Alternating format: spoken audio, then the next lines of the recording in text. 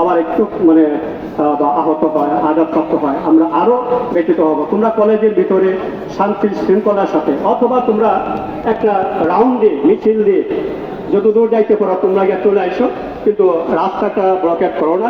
এটা আমরা তোমাদের অভিভাবক হিসাবে এই উপদেশটুকু তোমাদেরকে দিলাম। আর এর পরে আমাদের কলেজ চলার ক্ষেত্রে এখানে কিভাবে পরিচালিত হবে এই ব্যাপারটা যদি তোমরা মাথায় রাখো তাহলে রাখবা, তোমাদের কথা আমরা শুনবো। কারা কারা কলেজে নেতৃত্ব দিবে, কিভাবে দিবে, যদি তোমরা ঠিক করে দাও তোমাদের কথা আমরা শুনবো।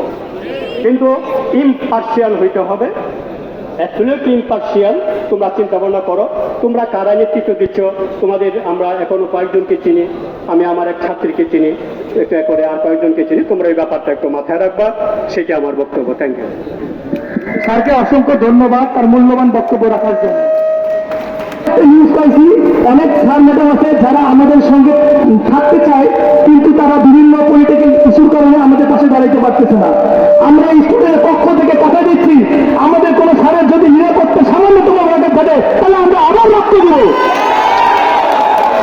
আমরা যারা স্টুডেন্ট আছি, আমরা যারা চেষ্টা কলেজে পড়ি, আমাদের অভিভাবক হিসেবে শিক্ষক মন্ডলীরা আমাদের পাশে আছে, তাদের নিরাপত্তা নিশ্চিত করার দায়িত্ব আমাদের। আমাদের ভাইয়েরা রক্ত দিচ্ছে, আমরা রক্ত দিব।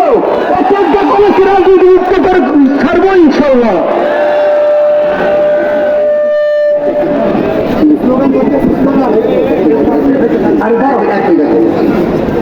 আমাদের যে শিক্ষকরা আমাদের সাথে এক কাতারে নামছেন না, তাদের আমরা একটা ফেজা কলেজের কলঙ্কনীয় ইতিহাস মনে করে দিতে চাই। 2011 সালে আমাদের কলেজের ভাইস প্রিন্সিপাল ছিল আব্দুল হান্নান স্যার, তাকে গুম করা হয়েছে এই তেজগাঁ কলেজ থেকে।